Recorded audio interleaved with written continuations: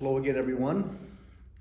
I pray the Lord is watching over you and your families and you're staying well as we continue our journey through this pandemic. As you know, we are beginning the celebration of Mass again this coming weekend.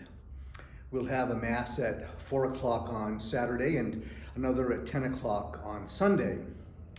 The 8 o'clock Sunday morning Mass will be reinstituted sometime in the near future. You will be receiving by mail or email or on the website or Facebook page some guidelines about attending Mass, and I hope you will look at them and understand them and abide by them as fully as you can. As I told you when we started receiving communion, the most important thing is that you follow the instructions of the ministers of hospitality. Everything has been set up after a lot of discussion and thought to provide the greatest safety possible for everyone who will come to Mass. And the ministers of hospitality will see to seating and flow of traffic and so forth. So please listen to them carefully when you come.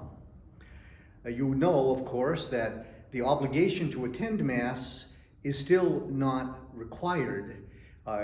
In other words, people who cannot come or feel uncomfortable coming at this point need not come. The obligation to attend Mass has been dispensed with for the time being. However, many of you perhaps, I hopefully, will decide that it's time to come back to Mass as fully as you can. We've set up the church in a way that ensures everybody's safety.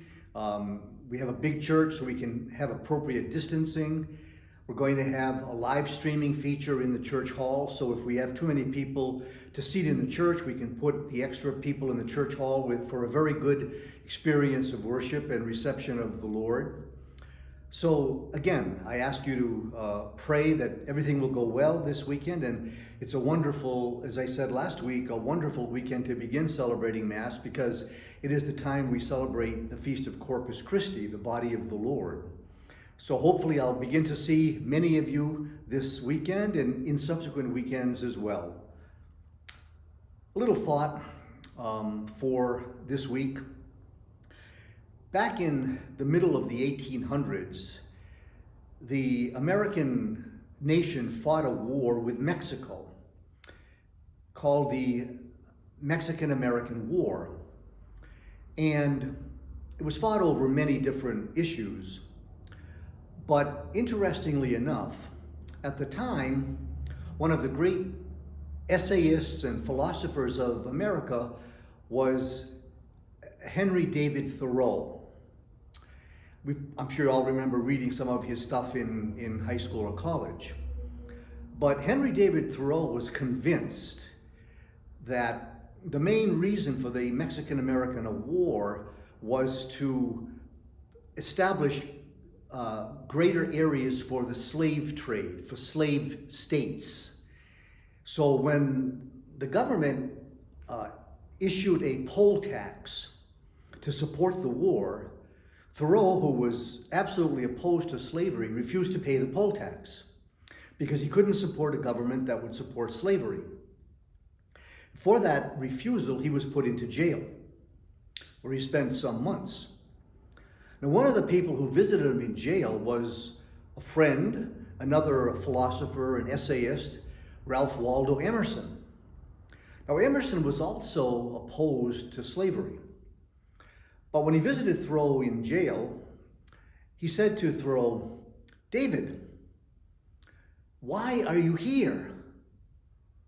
And Thoreau looked at him and said, "Waldo, why are you not here?" Interesting little thought, huh? He was challenging Emerson.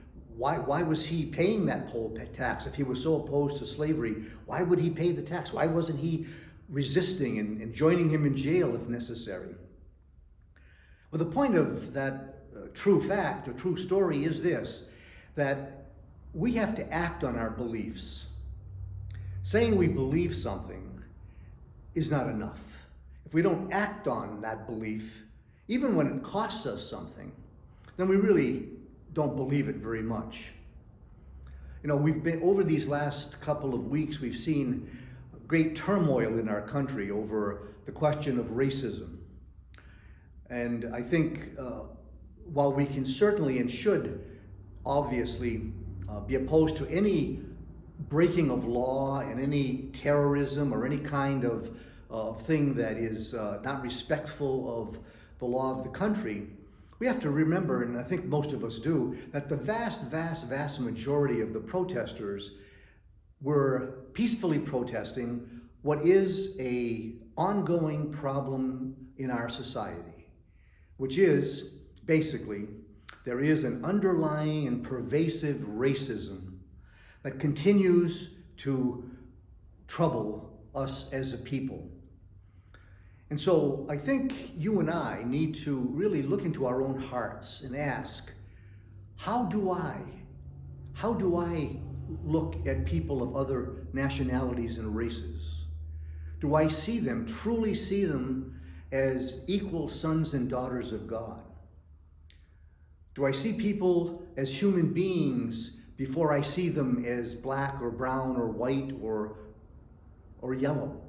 Do I recognize people as basically the same as me, no matter where they come from, what color their skin is, what their nationality is?